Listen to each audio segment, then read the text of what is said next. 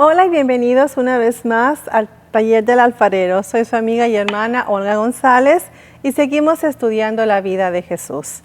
En la última clase que estuvimos revisando, estuvimos viendo y leyendo en cuanto a la profecía que Zacarías, el padre de Juan el Bautista, dio una vez que le pusieron nombre al niño y su boca fue abierta.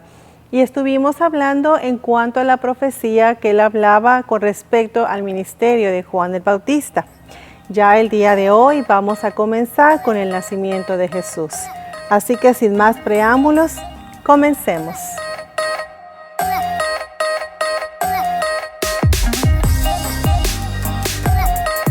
Comencemos leyendo el Evangelio de Mateo capítulo 1, versículo 1, que dice así: Libro de la genealogía de Jesucristo, hijo de David, hijo de Abraham. En el escrito original en griego, la palabra para genealogía que encontramos en Mateo 1:1 es la palabra geneseos. Geneseos se parece a Génesis, ¿no es así? Y Génesis nos habla del origen, del comienzo, del principio. Así que estamos hablando del principio, el comienzo, el nacimiento precisamente de Jesús. Como dice Juan capítulo 1, versículo 1 y versículo 14. En el principio era el Verbo, y el Verbo era con Dios, y el Verbo era Dios. Y aquel Verbo fue hecho carne y habitó entre nosotros, y vimos su gloria como del unigénito del Padre, lleno de gracia y de verdad. Y si regresamos a Mateo 1, versículos 18 y 19, leemos: El nacimiento de Jesucristo fue así. Estando desposada María, su madre, con José, antes que se juntasen, se halló que había concebido del Espíritu Santo. José, su marido, como era justo y no quería infamarla, quiso dejarla secretamente. Entonces vemos que María regresa después de haber pasado 3 meses con Elizabeth y llegando le da a José la noticia de su embarazo. Para José, como para cualquier hombre, la noticia del embarazo de María ha de haber sido difícil de aceptar. Tal vez se sintió traicionado, se sintió herido, y aunque la Biblia no nos dice mucho, sabemos que José era un hombre justo, al igual que Zacarías. Una de las características de una persona justa, de un hombre justo, como en este caso José, es que son hombres que caminan en el temor de Dios y no se dejan llevar por sus impulsos, sino que piensan cada paso que da. Y eso es precisamente lo que hizo José. Lo que sabemos es que él no quería hacerle daño a María. No quería presentar cargos de infidelidad contra ella, lo cual hubiese implicado la muerte para María. Por lo que había planeado dejarle secretamente, esto es, firmar carta de divorcio ante los sacerdotes, pero solamente ellos. Sigamos leyendo. Pensando él en esto, he aquí un ángel del Señor le apareció en sueños y le dijo: José, hijo de David, no temas recibir a María tu mujer, porque lo que en ella es engendrado del Espíritu Santo es. Y dará a luz un hijo y llamarás su nombre Jesús, porque él salvará a su pueblo de sus pecados. Y despertando José del sueño, hizo como el ángel del Señor le había mandado y recibió a su mujer, pero no la conoció hasta que dio a luz a su hijo primogénito y le puso por nombre Jesús.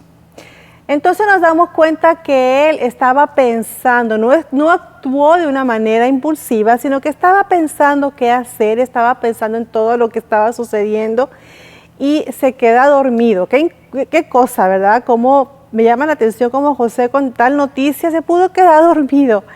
Él tenía la paz del Señor, él estaba confiando en Dios. Entonces el ángel del Señor Leemos que se le aparece en sueños y le reconfirma, le afirma, le dice, lo que María te dijo es verdad.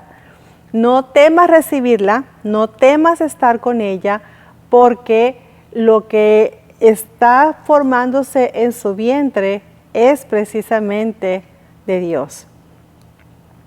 Y entonces le dice no solamente eso, sino le dice, dará a luz un hijo, llamará su nombre Jesús, él va a salvar a su pueblo. Y entonces cuando José acepta a María como su esposa, él lo que hace es ir precisamente con los, me imagino que va con los sacerdotes, pero en lugar de para firmar carta de divorcio es para casarse con ella.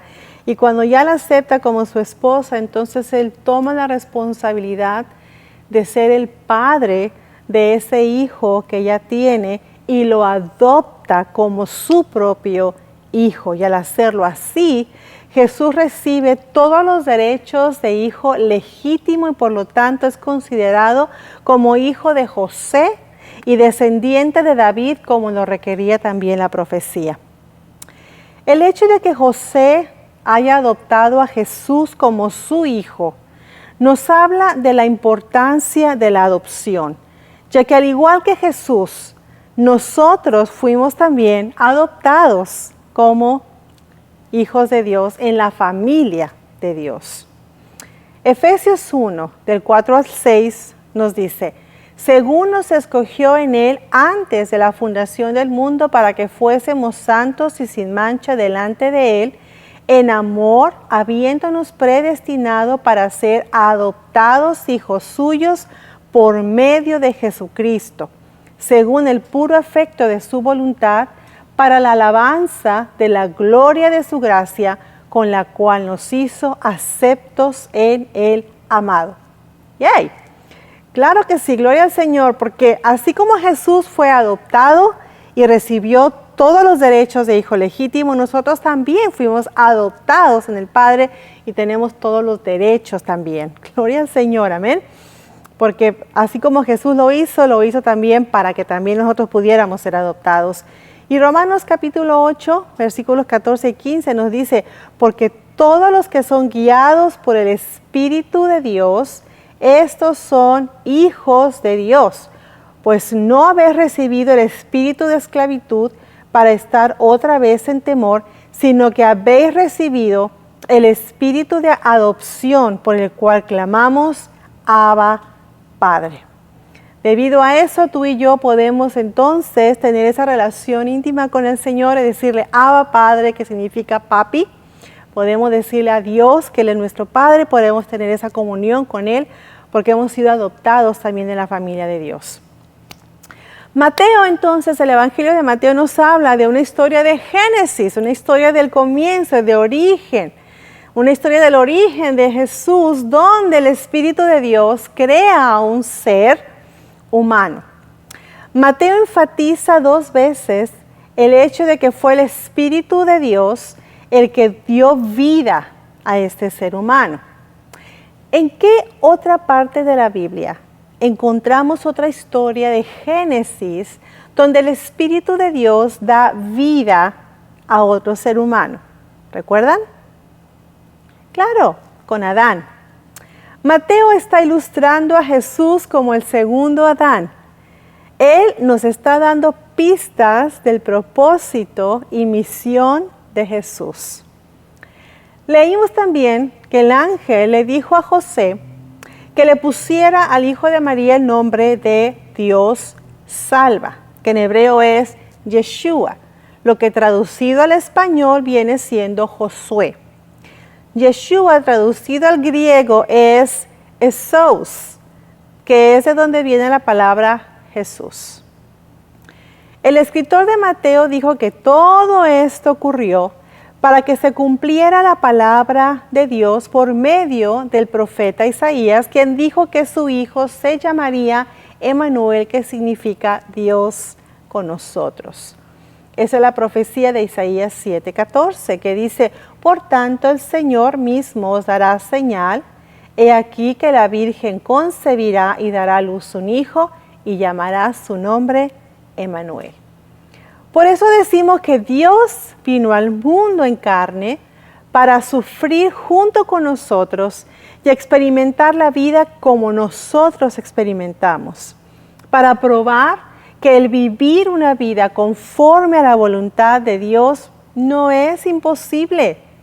¿Escucharon bien? Vivir una vida conforme a la voluntad de Dios no es imposible. Dios se hizo humano para ser un ejemplo vivo de cómo vivir. Debido a que hasta ese momento su ley escrita no era suficiente, necesitábamos ver su ley vivida por una persona, por la persona de Jesús. Recordemos que José y María vivían en un pueblito llamado, ¿recuerdan cómo? Nazaret. Pero, de acuerdo con la profecía, Jesús debía nacer en Belén, no en Nazaret, y Belén estaba abajo, aunque sería criado en Nazaret, pero tenía que nacer en Belén, de acuerdo con la profecía de Miqueas 5:2, que nos dice, pero tú, Belén, Efrata, pequeña para estar entre las familias de Judá, de ti me saldrá el que será Señor en Israel, y sus salidas son desde el principio, desde los días de la eternidad. Dios tenía que hacer algo para mover a José y María de Nazaret hasta Belén. ¿Y qué mejor cosa que un censo? El gobierno romano fue usado por Dios para el cumplimiento de esta profecía. Ellos querían contar a toda la gente para incrementar los impuestos. Y Dios usa aún a nuestros enemigos para llevar a cabo su plan. Qué tremendo, ¿verdad? Leamos en Lucas capítulo 2, versículos del 1 al 5. Aconteció en aquellos días que se promulgó un edicto de parte de Augusto César, que todo el mundo fuese empadronado. E iban todos para ser empadronados cada uno a su ciudad. Y José subió de Galilea, de la ciudad de Nazaret, a Judea, a la ciudad de David, que se llama Belén, por cuanto era de la casa y familia de David, para ser empadronado con María su mujer, desposada con él, la cual estaba encinta. El viaje que tenían que hacer ambos no era fácil. Ya para entonces ella estaba muy avanzada en su embarazo. De Nazaret a Jerusalén había 97 millas aproximadamente. Y de ahí a Belén, otras 5 millas más. Además, tenían que viajar montaña arriba. No era un viaje para una mujer embarazada. Y sobre todo porque no había los vehículos que tenemos ahora. Tenía que estar arriba en un burrito en todo ese viaje. Lucas 2, 6 y 7 nos dice, y aconteció que estando ellos allí, se cumplieron los días de su alumbramiento. Y dio a luz a su hijo primogénito, y lo envolvió en pañales, y lo acostó en un pesebre, porque no había lugar para ellos en el mesón.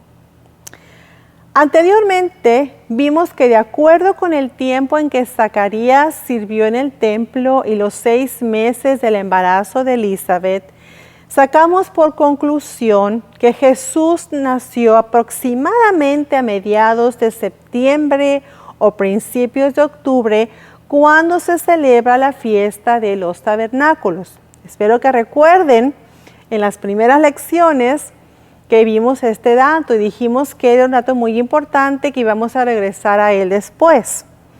Entonces vemos que efectivamente Jesús nace más o menos en septiembre u octubre, cuando se celebra la fiesta de los tabernáculos.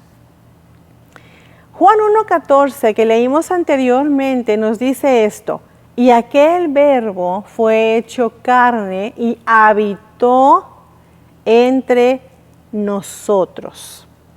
La palabra griega para habitar es eskenosen, que significa levantar un tabernáculo, levantar una tienda y residir en Él.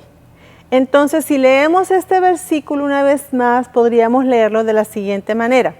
Y aquel verbo fue hecho carne y levantó su tabernáculo entre nosotros. Qué interesante es porque precisamente Él nace durante la fiesta de los tabernáculos. Entonces vemos qué tremendo, proféticamente hablando, cómo Jesús cumple con todas también las fiestas del Señor y lo vamos a ir viendo. Pero paremos aquí y continuemos la próxima semana con esto que está tan interesante porque ya empezamos en la vida de Jesús y vamos a darnos cuenta de que todo lo que Él hace es increíble. Así que no se lo pierdan, repasen esta lección, estén con nosotros, dejen que la palabra haga lo que quiera hacer en nuestros corazones. Recuerden, la palabra de Dios es vida para nosotros y nos vemos aquí la próxima semana. Bendiciones.